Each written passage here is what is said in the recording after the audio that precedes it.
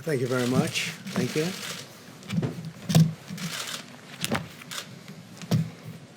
Good evening. I'd like to provide the American people with an update on our efforts to protect the integrity of our very important 2020 election. If you count the legal votes, I easily win. If you count the illegal votes, they can try to steal the election from us. If you count the votes that came in late, we're looking at them very strongly, but a lot of votes came in late. I've already decisively won many critical states, including massive victories in Florida, Iowa, Indiana, Ohio. To name just a few, we won these and many other victories despite historic election interference from big media, big money, and big tech. As everybody saw, we won by historic numbers. And the pollsters got it knowingly wrong. They got it knowingly wrong. We had polls that were so ridiculous, and everybody knew it at the time. There was no blue wave that they predicted. They thought there was going to be a big blue wave. That was false. That was done for suppression reasons. But instead, there was a big red wave. And it's been properly acknowledged, actually, by the media. They were, I think, very impressed. But that was after the fact. That doesn't do us any good. We kept the Senate despite having twice as many seats to defend as Democrats. And in a really much more competitive states, we did a fantastic job with the Senate. I think we're very proud of what's happened there. We had many more seats to defend. They spent almost $200 million on Senate races in South Carolina and Kentucky alone, 2 races, and hundreds of millions of dollars overall against us. At the national level, our opponents' major donors were Wall Street bankers and special interests. Our major donors were police officers, farmers, everyday citizens. Yet for the first time ever, we lost 0 races in the House. I was talking to Kevin McCarthy today. He said he couldn't believe it. 0 races, very unusual thing, 0. And actually won many new seats with, I think, many more on the way. This was also the year of the Republican woman. More Republican women were elected to Congress than ever before. That's a great achievement. I won the largest share of non-white voters of any Republican in 60 years, including historic numbers of Latino, African American, Asian American, and Native American voters, the largest ever in our history. We grew our party by 4 million voters, the greatest turnout in Republican Party history.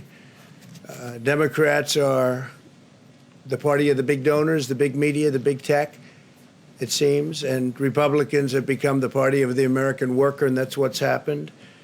And we're also, I believe, the party of inclusion.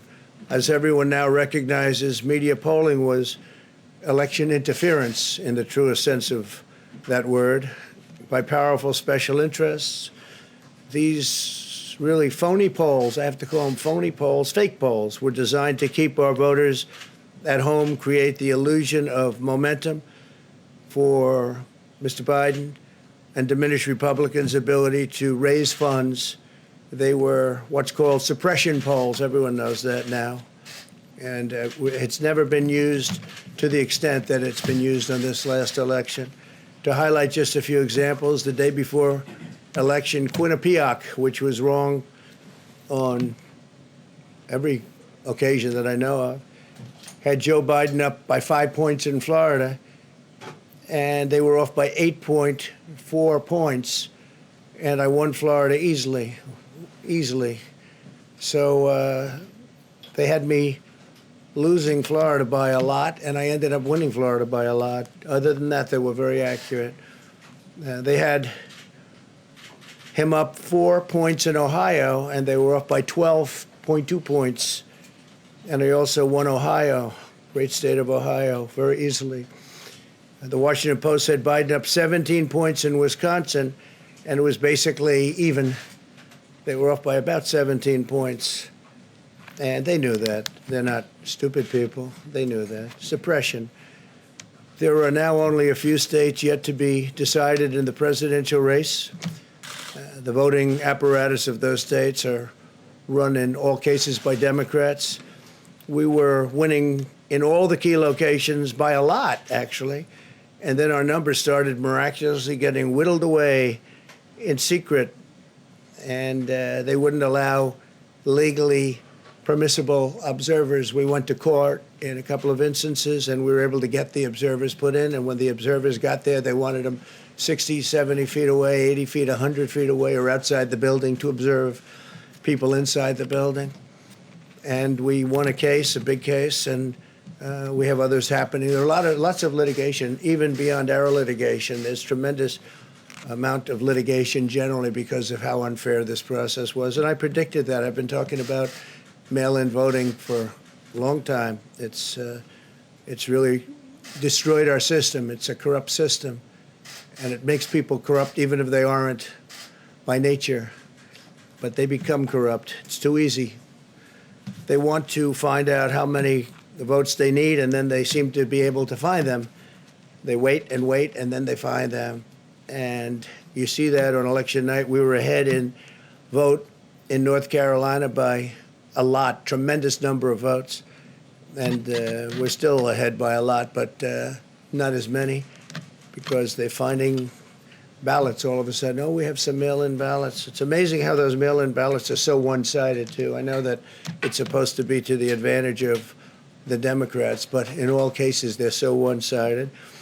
We were up by nearly 700,000 votes in Pennsylvania. I won Pennsylvania by a lot, and that gets whittled down to, I think they said now we're up by 90,000 votes, and they'll keep coming and coming and coming. They find them all over, and they don't want us to have any observers, although we won a court case. The judge said you have to have observers. Likewise in Georgia, and they're appealing. Actually, they're appealing. We won a case that we want people to watch, and we want observers, and they're actually appealing, which is sort of interesting. I wonder why they'd appeal, that all we want to do is have people watch as they do the vote tabulations. Likewise in Georgia, I won by a lot, with a lead of over getting close to 300,000 votes on election night in Georgia. And by the way, got whittled down, and now it's getting to be to a point where I'll go from winning by a lot to perhaps being even down a little bit. In Georgia, a pipe burst in a faraway location, totally unrelated to the location of what was happening, and they stopped counting for 4 hours, and a lot of things happened. The election apparatus in Georgia is run by Democrats. We also had margins of 300,000 in Michigan. We're way up in Michigan, won the state. And in Wisconsin, we did likewise fantastically well. And that got whittled down. In every case, they got whittled down. Today, we're on track to win Arizona. We only need to carry, I guess, 55% of the remaining vote, 55% margins. And that's a margin that we've significantly exceeded. So we'll see what happens with that. But we're on track to do okay in Arizona. Our goal is to defend the integrity of the election. We'll not allow the corruption to steal such an important election, or any election for that matter. And we can't allow anybody to silence our voters and manufacture results. I've been doing a lot of public things for a long time. I've never had anything that's been as inspirational, by people calling, talking, sending things to us. I've never seen such love and such affection and such spirit as I've seen for this. People know what's happening, and they see what's happening, and it's before their eyes. And there are many instances which will be reported very shortly. There's tremendous litigation going on, and this is a case where they're trying to steal an election. They're trying to rig an election, and we can't let that happen. Detroit and Philadelphia, known as two of the most corrupt political places anywhere in our country, easily cannot be responsible for engineering the outcome of a presidential race, a very important presidential race. In Pennsylvania, Democrats have gone to the state Supreme Court to try and ban our election observers, and very strongly. Now, we won the case, but they're going forward. They don't want anybody in there. They don't want anybody watching them as they count the ballots.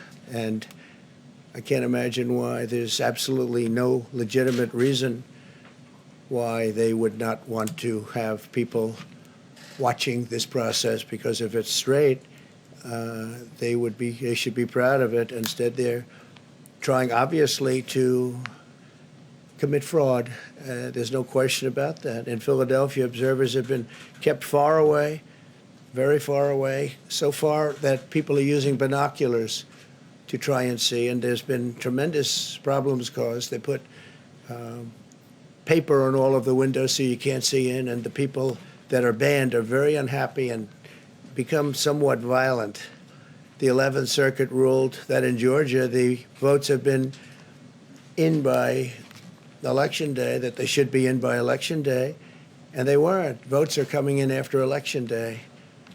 And they had a ruling already that you have to have the votes in by Election Day. To the best of my knowledge, votes should be in by Election Day. And they didn't do that.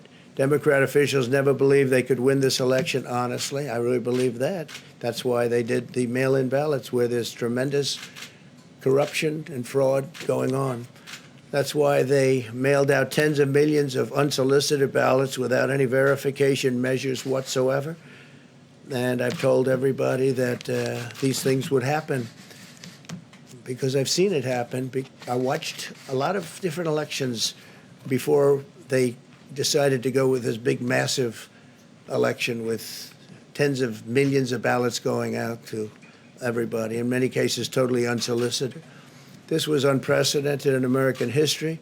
This was by design, despite years of claiming to care about the election security.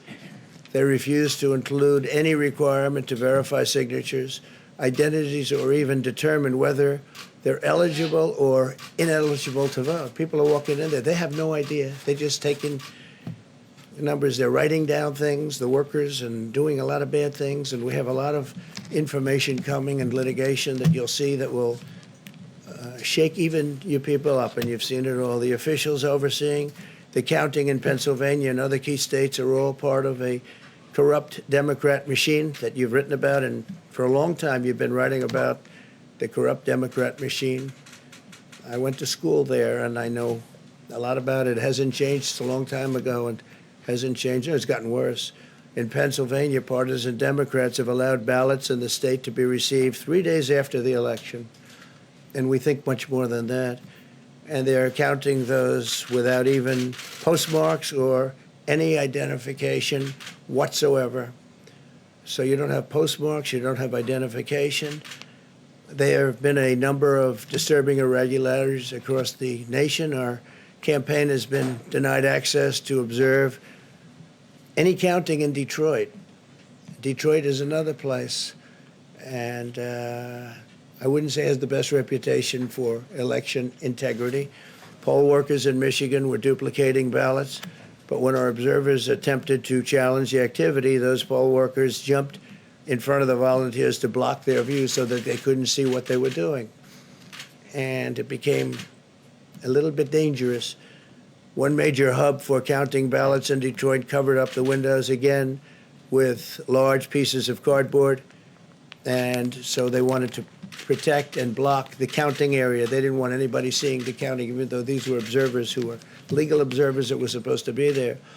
In Detroit, there were hours of unexplained delay in delivering many of the votes for counting. The final batch did not arrive until 4 in the morning, and even though the polls closed at 8 o'clock. So they brought it in, and the batches came in, and nobody knew where they came from. We've also been denied access to observe in critical places in Georgia. In multiple swing states, counting was halted for hours and hours on election night, with results withheld from major Democrat-run locations only to appear later. And they suddenly appeared, and they all had the name Biden on them, or just about all. I think almost all. They all had the name Biden on them, which is a little strange. I challenge Joe and every Democrat to clarify that they only want legal votes, because they talk about votes, and I think they should use the word legal votes. We want every legal vote counted, and I want every legal vote counted. We want openness and transparency, no secret count rooms, no mystery ballots, no illegal votes being cast after Election Day. You have election day, and the laws are very strong on that. You have an election day, and they don't want votes cast after election day, and they want the process to be an honest one. It's so important. We want an honest election, and we want an honest count, and we want honest people working back there because it's a very important job. So that's the way this country is going to win. That's the way the United States will win. And we think we will win the election very easily. We think there's going to be a lot of litigation because we have so much evidence, so much proof, and it's going to end up perhaps at the highest court in the land. We'll see. But we think there'll be a lot of litigation because we can't have an election stolen like this. And I tell you, I have been talking about this for many months with all of you, and I've said very strongly that mail-in ballots are going to end up being a disaster. Small elections were a disaster. Small, very easy-to-handle elections were disastrous. This is a large-scale version, and it's getting worse and worse every day. We're hearing stories that are horror stories, absolute horror stories, and we can't let that happen to the United States of America. It's not a question of who wins, Republican, Democrat, Joe, myself. We can't let that happen to our country. We can't be disgraced by having something like this happen. So it will be hopefully cleared up, maybe soon, I hope soon, but it'll probably go through a process, a legal process. And as you know, I've claimed certain states, and he's claiming states, and we can both claim the states, but ultimately I have a feeling judges are going to have to rule. But there's been a lot of shenanigans, and we can't stand for that in our country. Thank you very much.